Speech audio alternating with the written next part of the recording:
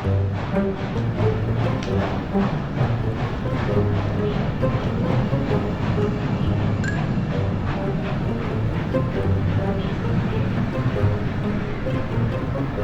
train did that Kaufmann guy say he'd be on? The passes he left for us said they're for the diamond cutter. Well, remind me to ask him why we had to meet on a friggin' train instead of at his office. Calm down, Chuck. I'm sure he has his reasons.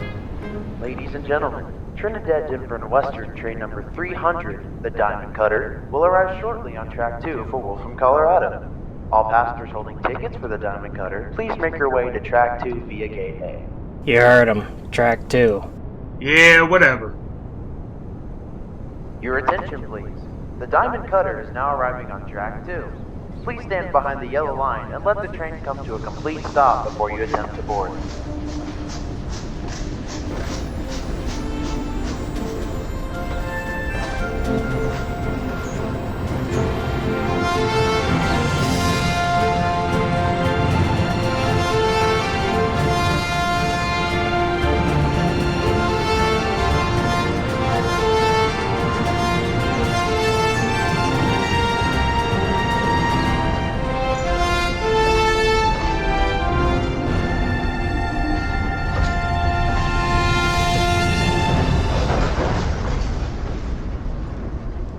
Aboard? Thank you. Is there a Larry Kaufman on the train? Not to my knowledge. Not Larry. His name is Lawrence. Oh, the railroad historian? He's in the observation car. Everything's in order. Enjoy your trip. Thanks.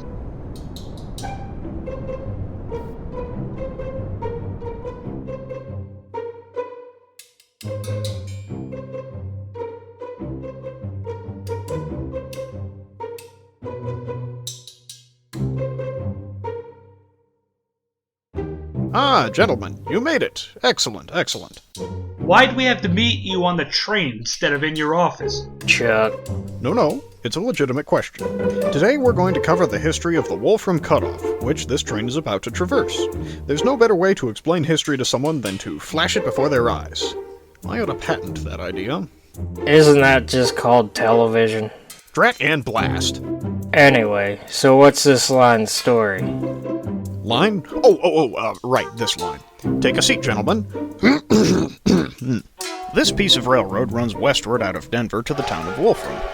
It began as a grand plan put together by Woodrow Duncan.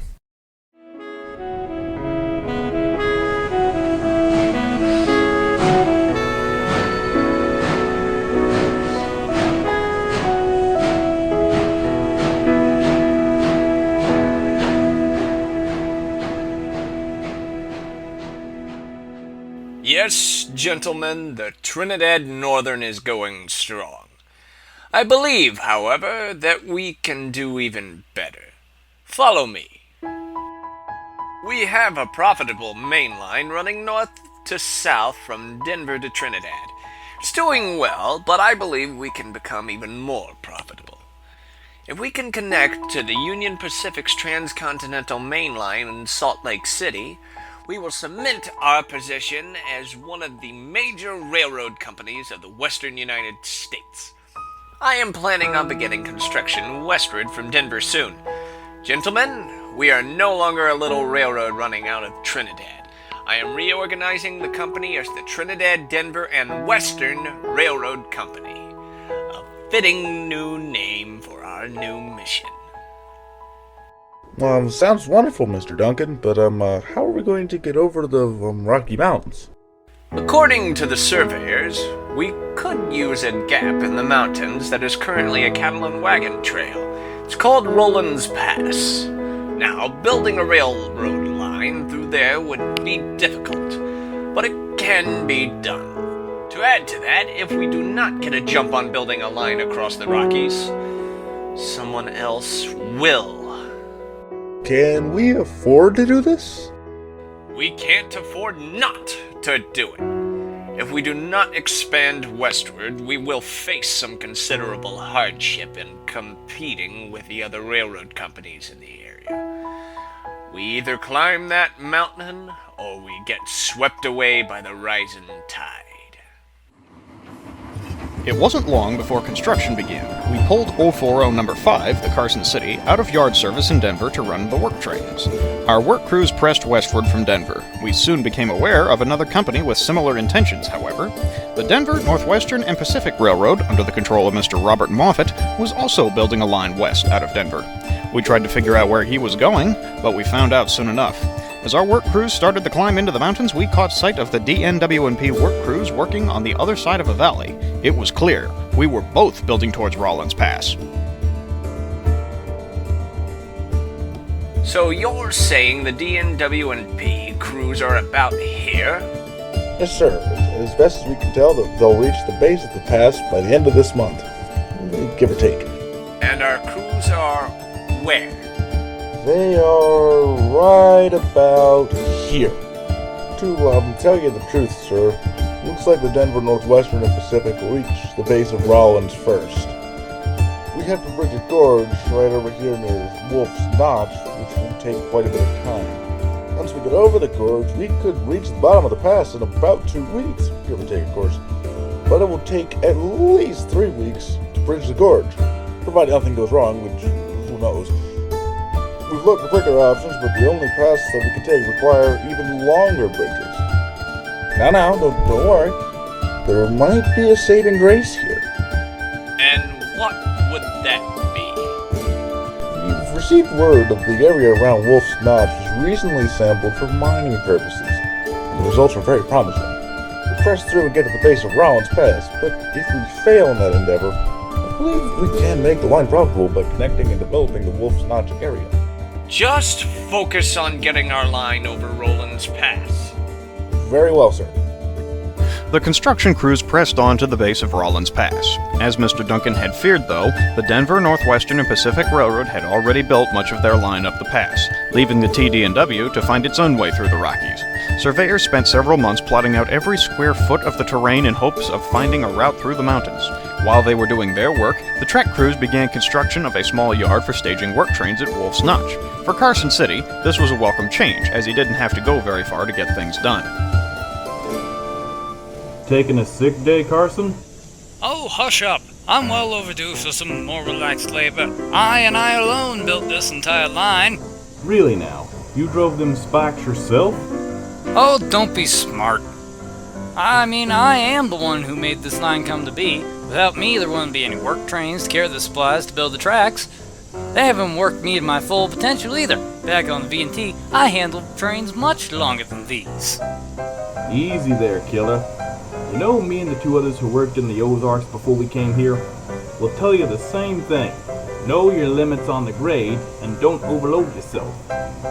Also, I'm fairly certain the cars we have here are far heavier than anything you ever carried on the V&T.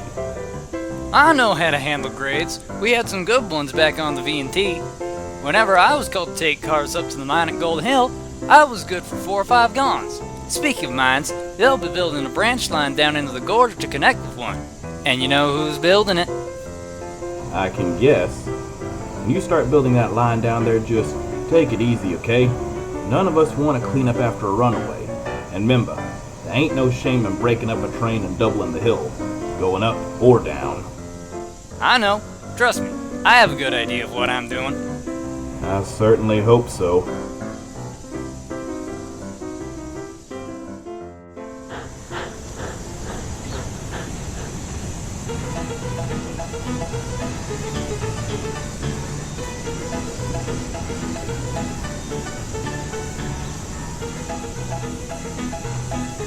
Howdy, Carson. We got a lot to do today. We'll be ballasting the track we laid yesterday and laying down the siding in the gorge.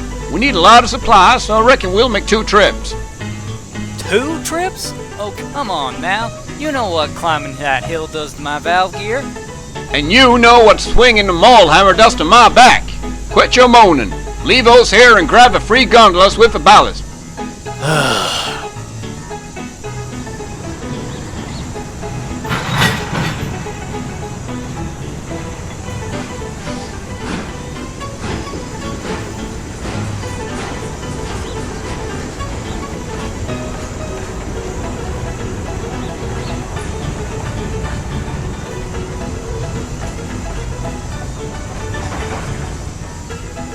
Hey, I've got an idea. How about we just take everything down the hill in one train? One run? I don't know. That's a lot of train for one run. It's quite a hill, too. Oh, come on now. We handled more than this on the V&T, and we didn't even have these newfangled air brakes. You was a switch engine. You never hauled a single boxcar up them grades. Inyo and Tahoe and the others taught me all I need to know in case I had to do it. Knowing how is one thing. I know what I can do, and I can get 7 cars down that hill without any problems. Can he do that?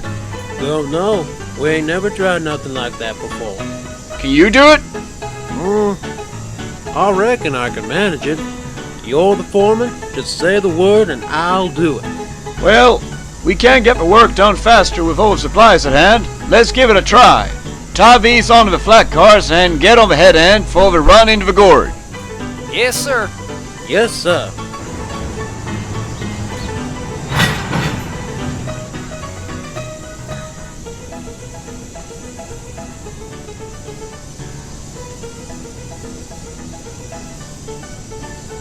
Are the air hoses connected?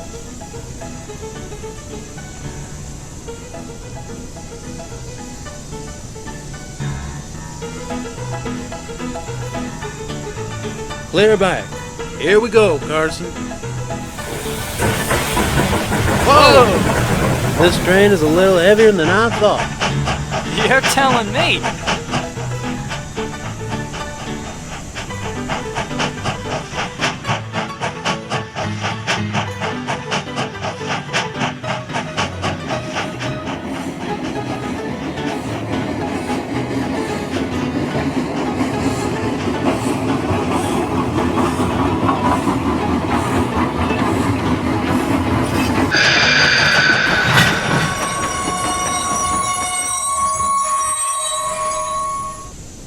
Hey, easy on them brakes. Just getting a feel for 'em.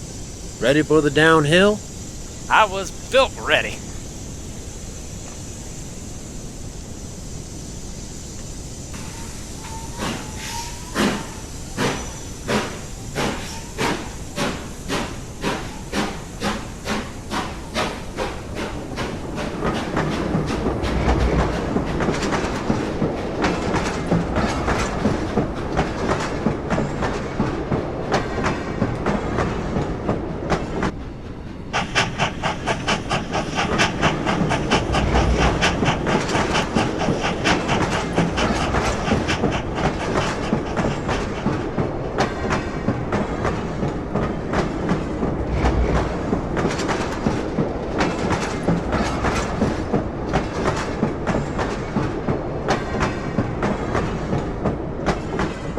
What in the... That's not right. What's not right? The air brakes are slowing us, but not as much as I'd expect. Maybe we should have the handbrakes set on the cars? Handbrakes on!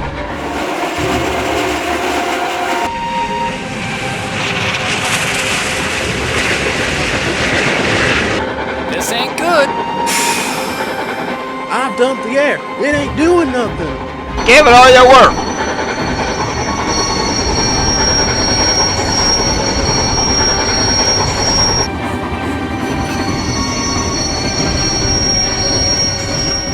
I'm out of ideas.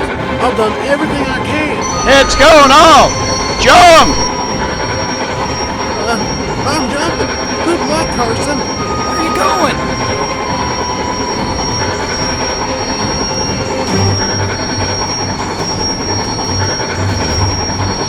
Oh no!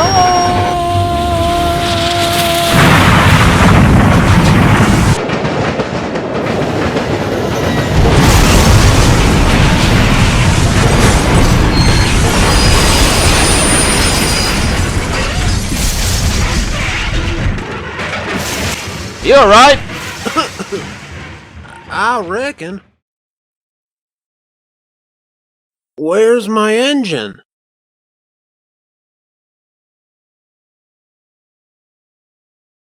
Oh, good Lord above!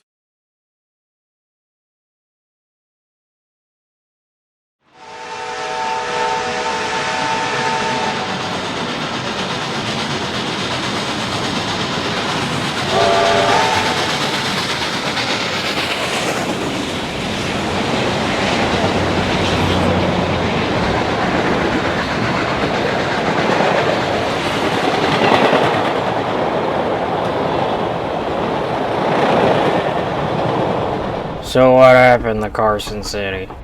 When he hit the ground, his boiler ruptured. The resulting explosion blew him into hundreds of pieces. There was nothing left but scraps of metal. His tender stayed mostly on the rails and was salvaged. I believe it wound up behind another locomotive. Isn't that a little morbid? We're a railroad. If we can use something, we will, regardless of its past. Okay.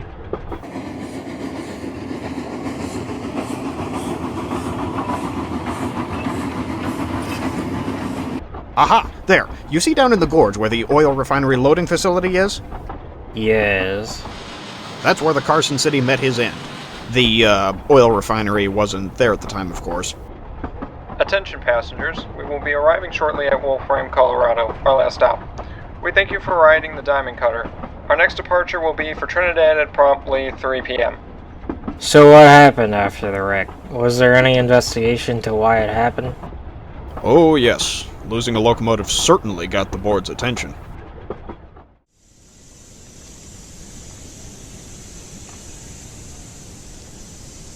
How could this happen?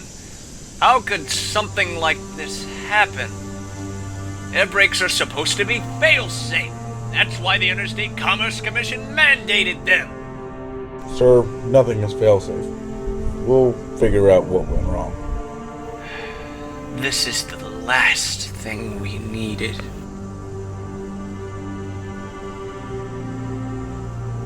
Hey, this don't look right. Huh. Looks like the little hotshot bit off more than he could chew. Watch your mouth, eight-wheeler. This hill can surprise. Mark my words, someday it will get you too. Who said that? Ask not. See here, the brake pipe valve? What's that called? It's called an angle cock. The angle cock on the tender was open, but not all the way. The airflow was restricted. I reckon they got the air up to release the brakes, but somehow the valve was darn near closed. The brakes are essentially locked in release. Heavy load didn't help neither. In other words, case closed? Well, no. The angle cock could have been knocked closed into derailment, but it's a fair guess. We'll figure it out and get a full report to you, sir. I would suggest adding rules on the handling of brake hoses and angle cocks to our rule book, just in case. That sounds like a good idea. The wreck shook up the railroad's executives well enough, but it was even more jarring for the other locomotives. I could have told him that was too much train to take down that hill. Why, back on the Ozark Northern, we wouldn't... Doesn't matter much now, does it? Now listen here, you... I say they did it on purpose for insurance money. I don't think anything around here is insured. I was insured on the way out here, but I doubt I am anymore. Of course they'd insure the Ford. Oh, for crying out loud, I'm a Mason bogie. Not a Forney, a Mason bogie. The difference? Forneys have 4 drive wheels. I have 6. They have rigid frames. I have an articulated frame. You're still just a little dinky-dink engine. How would I pop you a new one? Hush up, the lot of you. Well, look who piped up. Quiet. It don't matter now. Carson's gone. The best we can do is let him rest in peace.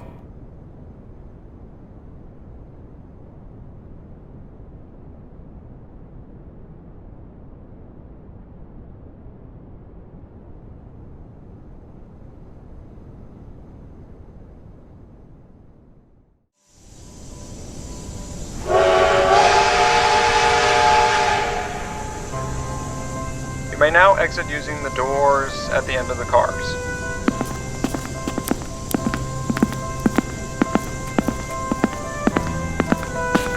This is it, Wolfram. This is the western terminus of our main line. This area was called Wolf's Notch until around 1902, when a mountain goat got the better of a track worker. The railroaders then started calling it Wolf Ram. So the TD&W never made it over Rollins Pass? Correct. Although we did build a branch line a little further west to service a lumber operation near St. Mary's. We lucked out.